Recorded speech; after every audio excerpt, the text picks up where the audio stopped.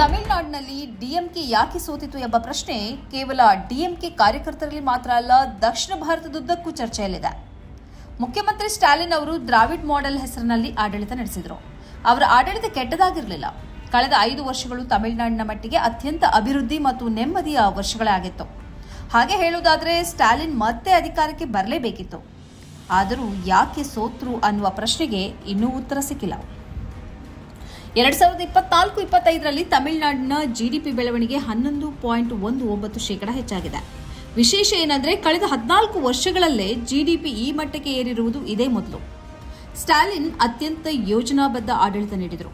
Electronics, automobile, electric ವಾಹನಗಳು, semiconductor ಕ್ಷೇತ್ರಗಳಲ್ಲಿ ತಮಿಳುನಾಡಿಗೆ ಭಾರಿ ಮಟ್ಟದಲ್ಲಿ ಹೂಡಿಕೆಗಳನ್ನು ತಂದಿದ್ದಾರೆ. ಐಟಿ ಪಾರ್ಕ್ಗಳು, ರಸ್ತೆ ಸೇತುವೆಯ ಅಭಿವೃದ್ಧಿ, ಮೆಟ್ರೋದ ವಿಸ್ತರಣೆ ಇತ್ಯಾದಿಗಳನ್ನು ಕಣ್ಣಿಗೆ ಕಾಣುವಷ್ಟು ಉತ್ತಮವಾಗಿ ಮಾಡಿದ್ದಾರೆ. ರಫ್ತು ಬೆಳವಣಿಗೆ ಮತ್ತು ತಲಾ ಆದಾಯದಲ್ಲೂ ಹೆಚ್ಚಳವಾಗಿದೆ.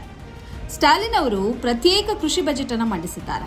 ಈ ಮೂಲಕ ಕೃಷಿಕರಿಗೆ ಅತೀವ ಆದ್ಯತೆಯನ್ನು ಕೂಡ ನೀಡಿದ್ದಾರೆ. ಉಚಿತ ವಿದ್ಯುತ್ ಅನ್ನು ನೀಡಿದ್ದಾರೆ. ಕೃಷಿಕರಿಗೆ ಸಂಬಂಧಿಸಿದಂತೆ ಅವರು ನಿಜಕ್ಕೂ ಇಷ್ಟವಾಗಬೇಕಿತ್ತು. ಭೂ ಅಭಿವೃದ್ಧಿ ಯೋಜನೆಗಳನ್ನು ಕೂಡ ಅಲ್ಲಿ ಜಾರಿಗೊಳಿಸಿದ್ದಾರೆ. ಮಹಿಳೆಯರಿಗೆ ಪ್ರತಿ ತಿಂಗಳು 1,000 ರೂಪಾಯಿ ನೇರ ಹಣ ವರ್ಗಾವಣೆಯ ಯೋಜನೆಯನ್ನು ಅತ್ಯಂತ ಯಶಸ್ವಿಯಾಗಿ ಜಾರಿಗೊಳಿಸಿದ್ದಾರೆ. ಹೀಗೆ ಪ್ರತಿ ತಿಂಗಳು 1,000 ರೂಪಾಯಿ ಪಡೆಯುತ್ತಿರುವ ಮಹಿಳೆಯರ ಸಂಖ್ಯೆ 1 ಕೋಟಿಗಿಂತಲೂ ಅಧಿಕ ಇದೆ.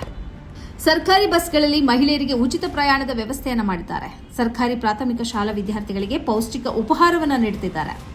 ಸರ್ಕಾರಿ ಶಾಲಾ ವಿದ್ಯಾರ್ಥಿನಿಯರಿಗೆ ಉನ್ನತ ಶಿಕ್ಷಣಕ್ಕೆ ಪ್ರತಿ ತಿಂಗಳು 1,000 ರೂಪಾಯಿ ಸಹಾಯಧನ ನೀಡಿದ್ದಾರೆ. ಯುವಕರ ಕೌಶಲ್ಯ ಅಭಿವೃದ್ಧಿ ಮತ್ತು ಉದ್ಯೋಗ ತರಬೇತಿಗೂ ಆದ್ಯತೆ ನೀಡಿದ್ದಾರೆ. ಮನೆ ಬಾಗಿಲಿಗೆ ಆರೋಗ್ಯ ಸೇವೆಗಳನ್ನು ಒದಗಿಸಿದ್ದಾರೆ. ಇಷ್ಟೇ ಅಲ್ಲ, ಆಸ್ಪತ್ರೆಗಳು, ದೇವಾಲಯದ ಅಭಿವೃದ್ಧಿಯನ್ನು ಕೂಡ ಮಾಡಿದ್ದಾರೆ. ಪಿಂಚಣಿ ಯೋಜನೆಯನ್ನು ಸಶಕ್ತಗೊಳಿಸಿದ್ದಾರೆ. ಶಾಲೆಗಳಿಗೆ ಮೂಲ ಸೌಕರ್ಯ ಒದಗಿಸಿದ್ದಾರೆ.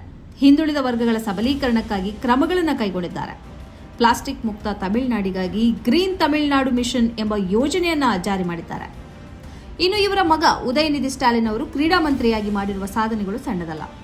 ಚೆನ್ನೈ ಮತ್ತು ಮದುರೈಯಲ್ಲಿ ಒಲಿಂಪಿಕ್ ಅಕಾಡೆಮಿಗಳನ್ನು ನಿರ್ಮಿಸಿದ್ದಾರೆ. ಮದುರೈಯಲ್ಲಿ ಇಂಟಿಗ್ರೇಟೆಡ್ ಸ್ಪೋರ್ಟ್ಸ್ ಸೈನ್ಸ್ ಸೆಂಟರ್ ಸ್ಥಾಪಿಸಿದ್ದಾರೆ. ಊಟಿಯಲ್ಲಿ ಈಜುಕೊಳಗಳು, ಹೈ ಆಲ್ಟಿಟ್ಯೂಡ್ ತರಬೇತಿ ಕೇಂದ್ರಗಳನ್ನು ಸ್ಥಾಪಿಸಿದ್ದಾರೆ. ರಾಮನಾಥಪುರಂನಲ್ಲಿ ವಾಟರ್ ಸ್ಪೋರ್ಟ್ಸ್ ಅಕಾಡೆಮಿಯನ್ನು ಪ್ರಾರಂಭಿಸಿದ್ದಾರೆ. ಮುಖ್ಯಮಂತ್ರಿ ಟ್ರೋಫಿ ಹೆಸರಿನಲ್ಲಿ ಲಕ್ಷಾಂತರ ಆಟಗಾರರು ಭಾಗವಹಿಸುವ ರಾಜ್ಯ ಮಟ್ಟದ ಸ್ಪರ್ಧೆಗಳನ್ನು ಏರ್ಪಡಿಸಿದ್ದಾರೆ. ತಮಿಳುನಾಡು ಚಾಂಪಿಯನ್ಸ್ ಫೌಂಡೇಶನ್ ಅಡಿಯಲ್ಲಿ ಬಡ ಆಟಗಾರರಿಗೆ ಬೆಂಬಲವನ್ನು ಸೂಚಿಸಿದ್ದಾರೆ.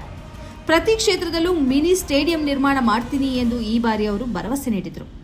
ಪ್ರಶ್ನೆ ಇರೋದು, ಇಷ್ಟೆಲ್ಲ ಮಾಡಿಯೂ ಯಾಕೆ ಸ್ಟಾಲಿನ್ಗೆ ತಮಿಳುನಾಡಿನ ಮತದಾರರು ಕೈ ಕೊಟ್ಟರು ಅನ್ನೋದು. ಬಹುಶಃ ಸಿನಿಮಾ ಪ್ರಭಾವವಿದ್ದ ಯುವಕರಿಗೆ ವಿಜಯ್ ಹೊಸದಾಗಿ ಕಂಡ್ರು. ಅವರ ಸ್ಟೈಲ್, ಅವರ ಮಾತು, ಅವರ ರೋಡ್ ಶೋಗಳಿಗೆ ಜನರು ಮನಸೋದ್ರು. ಡಿಎಂಕೆ ಕೊಟ್ಟದಕ್ಕಿಂತ ಬೇರೆ ಇನ್ನೇನಾದರೂ ವಿಜಯ್ ಕೊಡಬಹುದು ಎಂದು ಅವರಿಗೆ ಅನಿಸಿರಬಹುದು. ಹಳೆಯ ಮುಖಕ್ಕಿಂತ ಹೊಸ ಮುಖ ನೋಡುವ ಬಯಕೆಯೂ ತಮಿಳುನಾಡಿನ ಮತದಾರರದ್ದು ಆಗಿರಬಹುದು. ಅಂತೂ ಸ್ಟಾಲಿನ್ ಅವರ ಸೋಲು ಅನಿರೀಕ್ಷಿತ. ಈ ಕಾರ್ಯಕ್ರಮದ ಪ್ರಾಯೋಜಕರು Gadiyar group of companies, specialised in piling and shoring, engineering consultancy, firefighting, steel structures, real estate. Office, SIT Tower, Silicon Oasis, Dubai, UAE. ಸ್ನೇಹಿತರೆ, ನಿಮ್ಮ ಅದ್ಭುತ ಬೆಂಬಲದಿಂದ ಸನ್ಮಾರ್ಗ ನ್ಯೂಸ್ ಚಾನೆಲ್ ಈಗ 2 ಲಕ್ಷ ಸಬ್ಸ್ಕ್ರೈಬರ್ಗಳನ್ನು ದಾಟಿದೆ. ಇದು ನಮ್ಮ ಯಶಸ್ಸಲ್ಲ, ಇದು ನಿಮ್ಮ ಯಶಸ್ಸು. ನಮ್ಮ ಮುಂದಿನ ಗುರಿ 4 ಲಕ್ಷ. ಇದು ಕಷ್ಟವಲ್ಲ. ನೀವು ಮಾಡಬೇಕಾದದ್ದು ಸಿಂಪಲ್.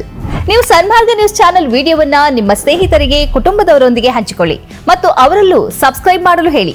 ನೀವು ಶಕ್ತಿಯನ್ನು ಕೊಡಿ, ನಾವು ನಿಖರ ಸುದ್ದಿ ಕೊಡ್ತೇವೆ. ಧನ್ಯವಾದಗಳು.